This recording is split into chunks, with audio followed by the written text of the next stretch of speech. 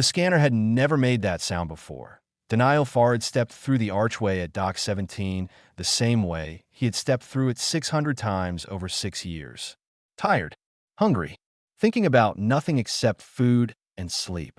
His cargo run to the outer rim had taken 3 weeks, and the recycled air on his small freighter had given him a headache that would not quit. He expected the familiar green beep. The little chime that said you're clean, you are safe, you may enter. Instead, the archway released a sound that traveled through the bones of the station itself. A deep, rolling tone that vibrated through metal and glass and flesh. It was not an alarm. It was older than that. It was a warning built into the station's original code, buried so deep that no living engineer knew it existed. Every light on Gehenna, 12 shifted from white to amber. Every display screen on every deck, in every corridor, in every shop and restaurant and embassy office, showed the same message in 47 trade languages. Evacuation protocol activated. Biological anomaly detected. Category Omega. Denial stood frozen in the archway. His bag slipped from his shoulder and hit the floor. Around him, the docking ring erupted into chaos. Alien traders scrambled for their ships. Security drones dropped from ceiling ports and surrounded him in a tight ring, their scanning lights washing over his body in red waves. Dock workers of 6 different species pressed themselves against the walls, staring at him with wide, terrified eyes. He raised his hand slowly. "I did not do anything," he said. Nobody answered. Overseer Gulan arrived within 4 minutes. The insectoid administrator stood 7 feet tall, his segmented body wrapped in the formal gray robes of the Concord Assembly. His compound eyes reflected the amber light in 1,000 tiny points. Behind him marched 12 armed Concord officers in full containment gear. Gulan stopped 10 feet from Denial and studied him in silence. Then he spoke to his officers without looking away. Containment protocol. Medical wing. Level 9 isolation. "Sir," Denial said, "I just came back from cargo run. Standard route. Standard cargo. I have not been anywhere unusual." Gulan tilted his angular head. "The scanner disagrees.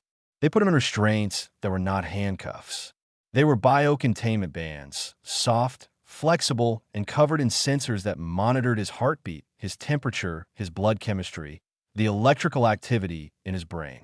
They treated him the way someone would treat an unexploded bomb. Carefully, gently, with absolute terror hidden behind professional calm. The walk to the medical wing took 12 minutes. Every corridor they passed through was already empty. The station's population of 30,000 had retreated behind sealed doors. Denial could hear the magnetic locks engaging as they walked. Click, click, click. An entire station locking itself away from one man. The isolation chamber was a room built for studying plagues. Thick glass walls, negative air pressure, decontamination fields that hummed at frequencies he could feel in his teeth. They placed him inside, removed the restraints, and sealed the door. Through the glass, he could see Dr. Ivok, the station's chief medical officer, a 4-armed amphibian with pale blue skin and eyes like black marbles, standing at a console, scrolling through data so fast that his 4 hands were a blur. "Can someone tell me what is happening?" Denial asked. Ivok did not look up point 3 decks above. Rena heard the alarm from the engineering bay, where she was recalibrating a power coupling. She dropped her tools and ran. Rena was human, 31 years old, a technician who had worked on Gehenna, 12 almost as long as Denial. She was fast, sharp, and she did not panic easily. But the sound of that tone, that ancient, bone-deep tone, made her stomach drop. She reached the first checkpoint and was stopped by 2 Concord officers. "Medical wing is sealed," one of them said. "No entry. My friend is in there." Denial Farid. "What happened to him?" "No entry." She argued. She pushed. She used every access code she had. Nothing worked. The station was in full lockdown, and a human trying to reach another human during a biological alert was not going to be given any favors. She retreated to a maintenance corridor and pulled out her datapad. If they would not let her through the doors, she would go through the systems instead. Back in isolation, Denial sat on the narrow cot and waited.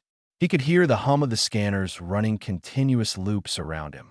7 different machines reading his body over and over, as if they expected to find something new each time. He was not sick. He was not injured. He felt exactly the same as he had felt every day of his life. Through the glass, he watched Ivok stop scrolling. The doctor's 4 hands went still, one by one, like machines powering down. His blue skin turned a shade paler. He leaned forward and read something on his screen 3 times. Then he turned to the intercom and called Overseer Gulan. Denial could not hear the words, but he could read the doctor's body language, the rigid spine, the trembling fingers, the way his black eyes kept flicking back to the screen as if hoping the data would change. Gulan's voice came through the speaker, tinny and distorted. Ivok answered, and the only words Denial caught, muffled through glass and distance, were the last ones. This should not be possible. Not in any species we have cataloged. Not ever. The amber lights pulsed. The station hummed. And Denial Farid, cargo inspector, sat alone in a glass box and wondered what was hiding inside him that could make an entire world go silent. Nobody told him anything for 9 hours. Denial counted the time by the pulse of the amber lights. Each cycle took exactly 4 seconds. He counted thousands of them.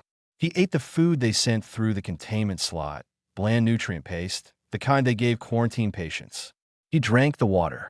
He used the small facility in the corner of the chamber. And he waited outside the glass. The medical wing was a storm of activity that made no sound he could hear. Technicians in sealed suits moved between consoles. Holographic displays floated in the air, showing chains of data he could not read. Dr. Ivok stood at the center of it all, his 4 hands working 4 different interfaces at once, his black eyes never blinking. Ivok had run the DNA analysis 3 times. Each time, the result was identical. Denial Farid's genome contained sequences that did not exist in the Concord's database. And the Concord's database held the genetic records of 4,217 catalog civilizations. Every sentient species discovered in 3 centuries of galactic expansion. Every subspecies, every mutation, every engineered variant. Nothing matched, but something else did. And that was what made Ivok's hand shake. Certain markers in Denial's DNA were identical. Not similar, not close, but perfectly identical to genetic sequences recovered from the ruins of the architects. The ancient species that had existed over 3 billion years ago. The ones who had seeded life across the galaxy, built structures that still functioned on 1,000 worlds, and then vanished so completely that not even their bones remained. The architects were the closest thing the galaxy had to gods. And their code was sitting inside a cargo inspector from Earth. Ivok ran the comparison a 4th time. The match held. 97.4% correlation on 6 distinct genetic markers. Not contamination, not error, not coincidence. He reported his findings to Overseer Gulan in a sealed communication. Gulan did not respond for 20 minutes. When he did, his message was 3 words, tell no one. But it was already too late for secrets. The evacuation protocol had broadcast its alert to every system on the station. Every species knew that something had triggered a Category Omega response. And in the absence of information, fear filled the silence like water filling a hull breach. The corridors of Gehenna, 12, were empty.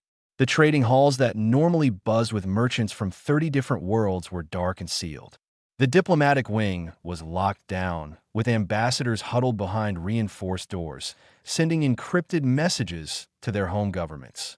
The restaurants, the recreation areas, the observation decks, all abandoned 30,000 beings, sealed in their quarters, waiting. Ambassador Sorth of the Palori Dominion was not content to wait. The reptilian diplomat stood in his embassy suite, his scaled face lit by the amber glow of the alert lights, and dictated a formal demand to Gulan. Identify the biological anomaly. Explain the threat. Provide a timeline for resolution. The Palori Dominion would not accept silence from a bureaucrat while a potential extinction-level biological event was unfolding on a station where 300 Palori citizens were trapped. Gulan did not answer. He was too busy reading a second message that had arrived from Concord Central Command, the governing body that oversaw all Concord stations, fleets, and territories. The message read, "Do not release the human. Do not allow any human vessel within scanner range. Await further orders." Gulan read it twice. The fear in those words was not hidden. It was raw. Central Command was not asking questions. They were not requesting analysis. They already knew what Ivok had found. They had known, Gulan realized, for much longer than anyone suspected. Point 3 decks below, Rena had spent the last 8 hours hacking. She was good with systems. Better than good. She had spent 3 years maintaining the station's internal communication networks, and she knew every backdoor, every outdated access point, every maintenance channel that the security upgrades had missed. She found one. A diagnostic relay in the medical wing's environmental monitoring system.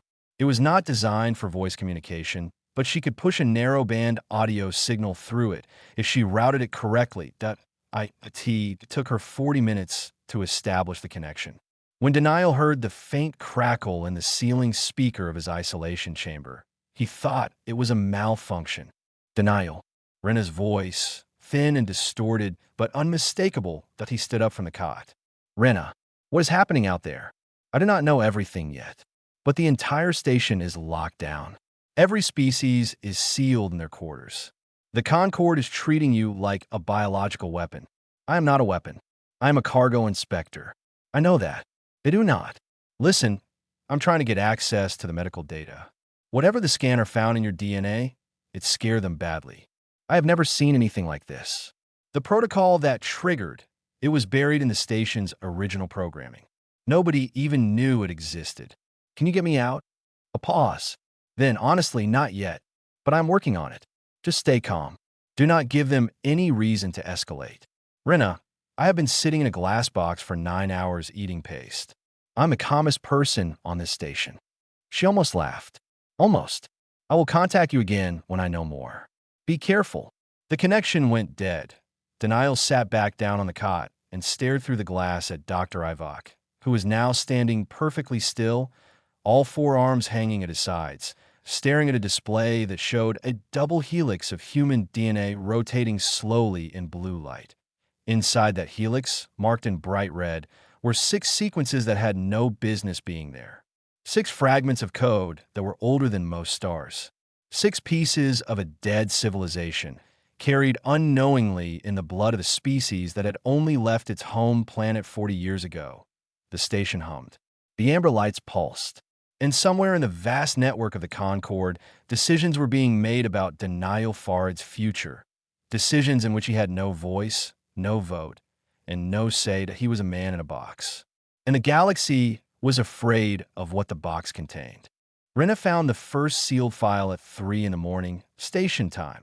She had been digging through the Concord's archival systems for hours, working from a maintenance closet on Deck 14, where the security cameras had been broken for 2 months and nobody had bothered to fix them.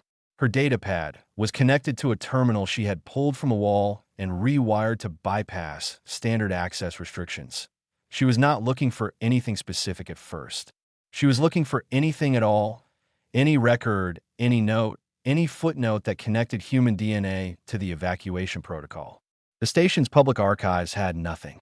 The medical databases had nothing. The diplomatic records had nothing. But the administrative logs did. Buried 40 years deep in the original files from humanity's admission to the Galactic Concord, she found a notation that had been classified at the highest level. It was attached to the standard DNA baseline review that every new species underwent before being granted membership. The notation read, DNA baseline review, flagged. Override authorized by Concord High Council. Classification, sealed. Rena stared at the words until they burned into her memory. Humanity's DNA had been flagged. 40 years ago, the very first time the Concord had scanned a human, they had found something wrong, or something extraordinary, and instead of rejecting humanity's application, the High Council had personally overridden the flag and buried it. Someone at the highest level of galactic government had known, and they had let humans in anyway. She copied the file to 3 separate encrypted locations and kept digging. Point 6 decks below in the isolation chamber. Denial was having a conversation he had not expected a doctor. Ivok had entered the outer observation room alone. No technicians, no guards. He had sealed the door behind him and activated the intercom. For a long moment, the amphibian doctor simply looked at Denial through the glass, his forearms folded across his chest, his black eyes unreadable. "I need your cooperation," Ivok said. "I need to run a deeper analysis. It will require tissue samples. Blood, marrow. Will it hurt? Yes. The marrow extraction will be painful." Denial appreciated the honesty. Every alien on this station had been lying to him by silence for the past 15 hours. A doctor who admitted something would hurt was refreshing. "Do it," Denial said. Ivok entered the chamber through the decontamination lock, carrying a tray of instruments that looked more like archaeological tools than medical equipment. He worked carefully, precisely, with the kind of focused attention that told Denial this was not routine. Every sample was treated like it might explode. While Ivok worked, Denial asked the question that had been sitting in his chest since the scanner screamed. "Am I dangerous?"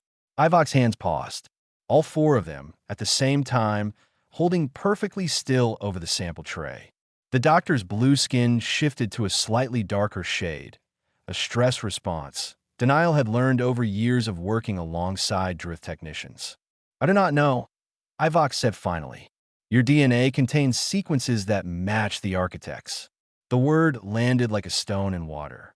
Even Denial, a cargo inspector with no scientific training, knew what the architects were. Everyone in the galaxy knew.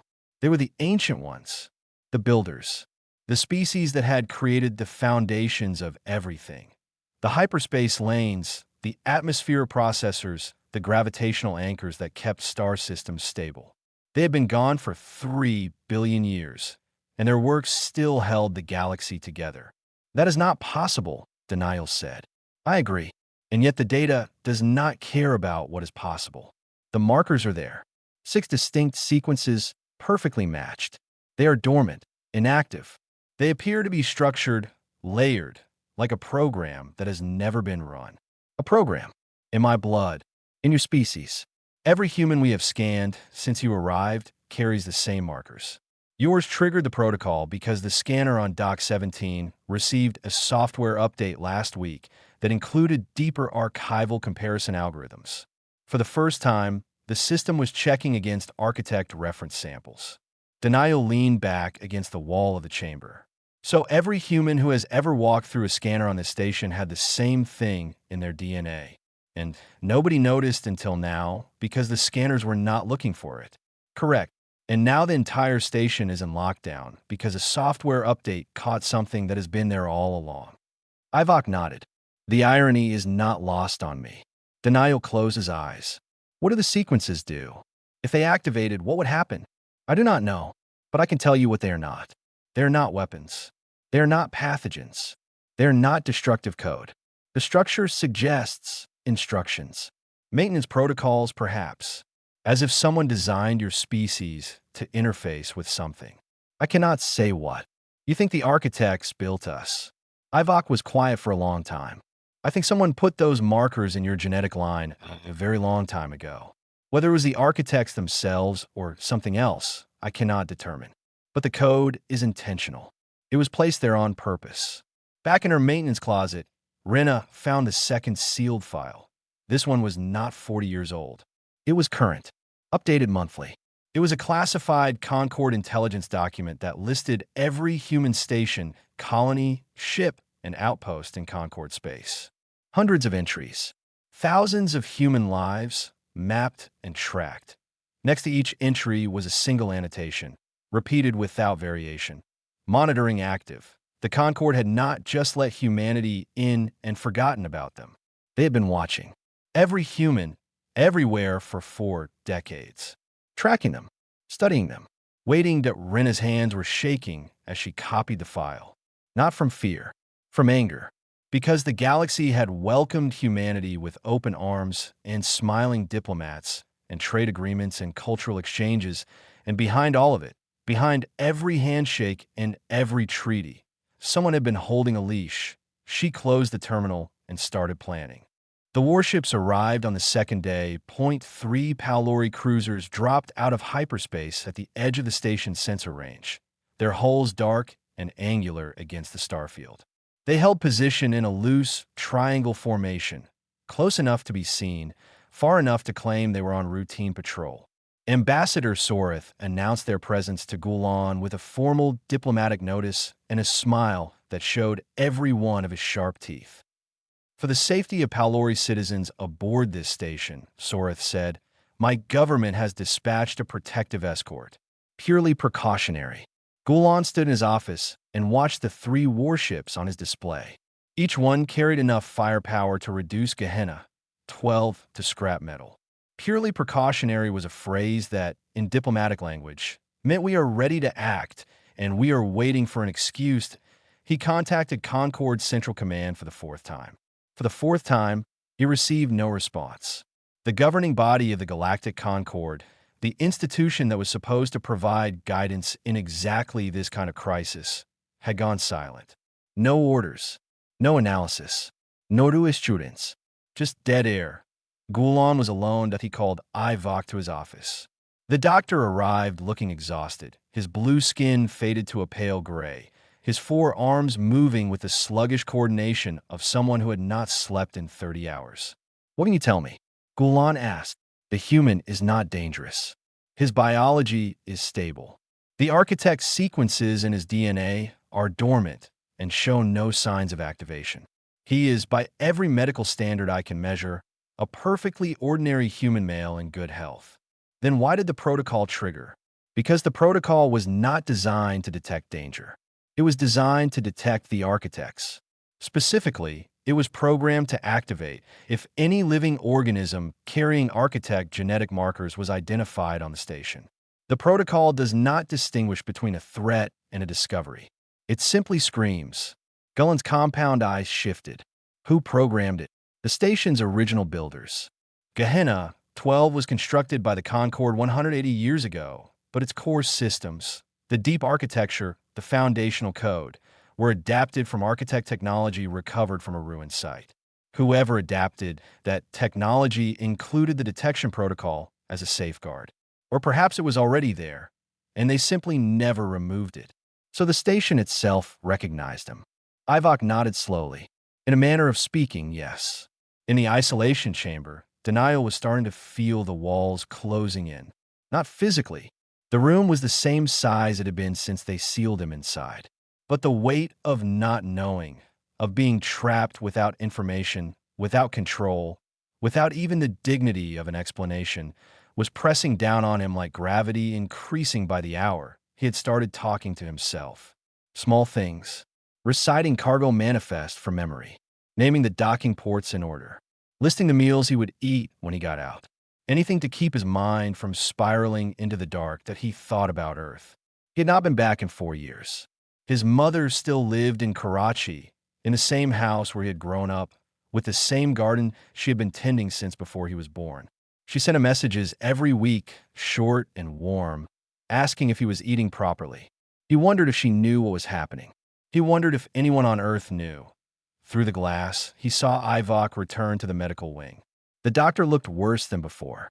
Behind him, 2 Concord officers took up positions at the chamber entrance. New guards, armed with weapons Denial had not seen before. Heavier, designed for something bigger than crowd control. Renna reached him through the maintenance relay again. The Palori have ships outside, she said. 3 cruisers. Soreth is pushing Gulan to hand you over. Hand me over for what? Containment. Study. Maybe worse. Denial, I found something. The Concord knew about our DNA. They have known since the day they made contact with Earth.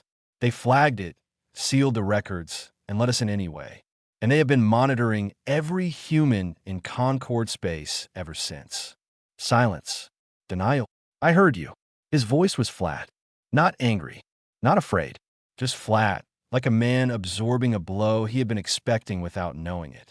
So we were never really members of the Concord. We were specimens. That is what it looks like. He pressed his forehead against the glass wall. It was cold. Is there anything else? I'm still digging. There is more in those sealed files, but the encryption is heavy. I need time. I do not think we have much time. She did not argue. She knew he was right. The breaking point came 6 hours later. Soreth marched into Gulan's office without invitation. flanked by two Palori military attachés in ceremonial armor. He placed a formal document on Gullen's desk, a demand written in the precise legal language of the Concord's own charter. "You have 12 hours," Soreth said. "Surrender the human to Palori custody for biological assessment and containment. If you refuse, we will exercise our right under Article 7 to secure the station against biological threats by force." Gulan looked at the document. Article 7. The emergency provision that allowed any member species to act unilaterally if the Concord failed to address an existential threat. It had never been invoked in the history of the Concord. Soreth was not bluffing. He was rewriting history. "The human is under Concord jurisdiction," Gulan said. "The Concord is not responding to you, Overseer. You are alone, and my government will not wait while you sit in silence." Soreth left the document and walked out. In the isolation chamber, the intercom crackled. Ivok had left it open, quietly, deliberately, a small act of defiance that broke every protocol he had sworn to follow. Denial heard everything. He sat on the edge of his cot, hands clasped between his knees, and stared at the floor for a long time. Then he spoke, softly, to no one and everyone. "I will not let anyone die because of me. If they want me, let them come." They brought him to the assembly chamber in chains he did not deserve. The biocontainment band were still on his wrists. A portable scanner drone hovered 2 feet behind his head, reading his vitals in real time and broadcasting them to every display in the room. 2 armed guards walked on either side of him. A third walked behind with a device Denial did not recognize but understood instinctively, something that would put him down fast if anyone decided he was a threat. The assembly chamber was a wide, circular room with tiered seating designed to hold representatives of dozens of species. Today, only 11 ambassadors were present. The rest had either locked themselves in their quarters or had been evacuated to their ships. The 11 who remained sat as far from the center of the room as their seats allowed, pressed against the outer walls, watching Denial the way prey watches something it cannot identify. Overseer Gulan stood at the central podium. Ambassador Soreth stood opposite, his reptilian frame rigid with authority, his yellow eyes fixed on Denial with cold satisfaction. The clock was ticking. 8 of the 12 hours remained. Gulan had called this session to vote on Denial's status. Soreth wanted the vote to be fast and decisive. He had spent the last 4 hours meeting privately with every ambassador on the station, building his case. The biological anomaly must be contained. The Palori had the resources. The Concord silence proved the institution had failed. Action was necessary. 3 ambassadors had already committed to supporting the Palori demand. 2 more were leaning that way. The math was not in Denial's favor. Then Denial asked to speak. The room went rigid. Soreth objected immediately. "The subject of the containment vote does not have standing to address this assembly. He is standing as a Concord citizen," Gulan said. His voice was steady, but Denial could see the tension in the overseer's segmented body, the way his limbs were locked in position as if bracing against a wind only he could feel. "He has not been charged with a crime. He has not been found guilty of anything. Until this assembly decides otherwise, he retains his rights." Soreth's jaw tightened, but he did not object again. The other ambassadors watched in silence. Denial stepped forward. The scanner drone followed. The guard stayed close. Every eye in the room was on him, and he could feel the weight of their fear like heat from an open flame. He did not give a grand speech. He did not raise his voice. He spoke the way he had spoken every day of his life, plainly, simply, like a man who had nothing to hide because he had never needed to hide anything. "My name is Denial Farid. I'm a cargo inspector. I have worked on this station for 6 years. I have hauled freight for your merchants, repaired your docking clamps, delivered your supplies in storms that would have kept smarter men in port. Some of you know me. Some of you do not." He looked around the room. A Druth merchant on the 3rd tier nodded slowly. A small, feathered trader from the VISI collective blinked in recognition. "I did not choose my DNA. I did not know what was in it. No human did. We came to this station and this Concord in good faith, and we worked hard to earn our place. I am not a weapon. I'm not a threat. I am a man who wanted to eat a hot meal and go to sleep And instead, I've spent 2 days in a glass box while people I have never met decide whether I deserve to live." He paused. The room was so quiet he could hear the hum of the scanner drone behind his head. "I will not resist if you vote to hand me over. But I'm asking you to think about what that means. Not for me. For the next species whose DNA surprises you. For the next person who walks through a scanner and triggers something they did not put there." Silence. Sorith opened his mouth to respond, but before he could speak, the chamber doors slammed open. Rena walked in. She was breathing hard. Her clothes were dirty from 2 days in maintenance corridors. Her data pad was clutched in her hand like a weapon, and her eyes were burning with something that was equal parts fury and triumph. "I have something you all need to hear," she said. Gulan started to object. She had no authorization to be here, but Rena was already talking, projecting data from her pad onto the chamber's main display. "The Concord High Council did not just know about human DNA. They recruited us because of it." The display filled with declassified files, schematics, and star charts. Rena spoke fast and clear. The architects had left installations across the galaxy. Thousands of them. Hyperspace lane stabilizers. Atmospheric processors that kept colony worlds breathable. Gravitational anchors that held binary star systems in balance. These systems have been running for 3 billion years, and they were failing. Slowly, invisibly, but failing. And every one of them was keyed to architect DNA. Without a carrier of that genetic code, they could not be maintained, repaired, or restarted. The Concord had discovered this 40 years ago. They had found humanity, a young, primitive species on a small blue planet, carrying the exact genetic markers needed to interface with the architect's infrastructure. They had fast-tracked human admission to the Concord not out of generosity, but out of desperate, calculated need. And they had told no one that the room erupted. Ambassadors shouted at each other. Sorith's yellow eyes went wide, then narrow. Gulan stood frozen at the podium, reading the files on the display, his compound eyes reflecting data he had never been allowed to see. The galaxy's infrastructure was failing, and the only species that could fix it was the one they had locked in a glass box. Then the chamber's communication system chimed. An incoming signal from outside the station. Gulan answered it. A calm, clear human voice spoke. "This is Captain Nor Hadley of the freighter Hadley, representing a convoy of 12 human vessels. We are holding position at your perimeter. We are unarmed. We are not hostile, but we are here, and we are not leaving." The Palori warships did not fire. They held position for 6 hours after Nor's convoy appeared on the perimeter. 12 small human freighters arranged in a loose arc, running lights on, weapon systems cold. They were not a military force. They were cargo haulers, mining transports, supply runners. Ships held together by spare parts and stubbornness.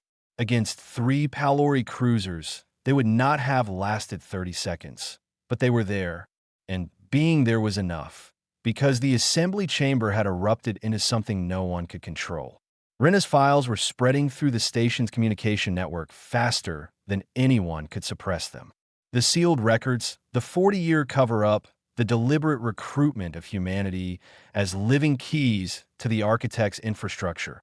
All of it was pouring into every data pad, every console, every embassy terminal on Gehenna. 12 that Ambassador Sorith watched his coalition crumble in real time. The 3 ambassadors who had pledged support for the Palori demand withdrew their commitments within an hour. 2 of them did so publicly in the assembly chamber while looking directly at Sorith. The 3rd sent a terse written notice and sealed his embassy doors. The calculus had changed. Humanity was no longer an unknown biological risk to be contained. Humanity was the only species in the galaxy that could maintain the infrastructure everyone depended on. The hyperspace lanes that carried trade between 1,000 worlds. The atmospheric processors that kept colony planets breathable. The gravitational anchors that held star systems in their orbits. Destroying or imprisoning the only people who could keep those systems running was not justice. It was suicide. Sorith knew it. He was many things, arrogant, aggressive, politically ruthless, but he was not stupid. He withdrew his ultimatum at the 9th hour, 3 hours before the deadline. He did not apologize. He framed it as a reassessment based on new intelligence. His warships remained at the perimeter for another 12 hours before quietly jumping to hyperspace and disappearing. Gulan released denial from containment on the morning of the third day. The overseer came to the isolation chamber himself. No guards, no officers, just Gulan standing outside the glass, his compound eyes reflecting the amber lights that were still pulsing because no one had remembered to turn them off that he pressed the release sequence. The glass door hissed open. The negative pressure equalized with a soft exhale, as if the room itself was letting go of a breath it had been holding. Denial stepped out. His legs were stiff. His clothes smelled like 2 days of recycled air and nutrient paste. He looked at Gulan and waited. Gulan did not apologize. His species did not have the cultural framework for apology. The insectoid concept of error was structural, not personal. A system failed. A process was corrected. Guilt was not part of the equation. But he did something that no Concord overseer had ever done for a human on Gehenna. 12. He turned and walked beside Denial through the main corridor of the station. Side by side, in full view of every camera, every sensor, every species watching through their windows and monitors, that IT was a statement. In Concord protocol, walking beside someone was an act of equal standing. Gulan was not escorting a prisoner. He was walking with a citizen. The corridor was not empty this time. Beings were emerging from their quarters, cautiously, one by one. Merchants reopening their stalls.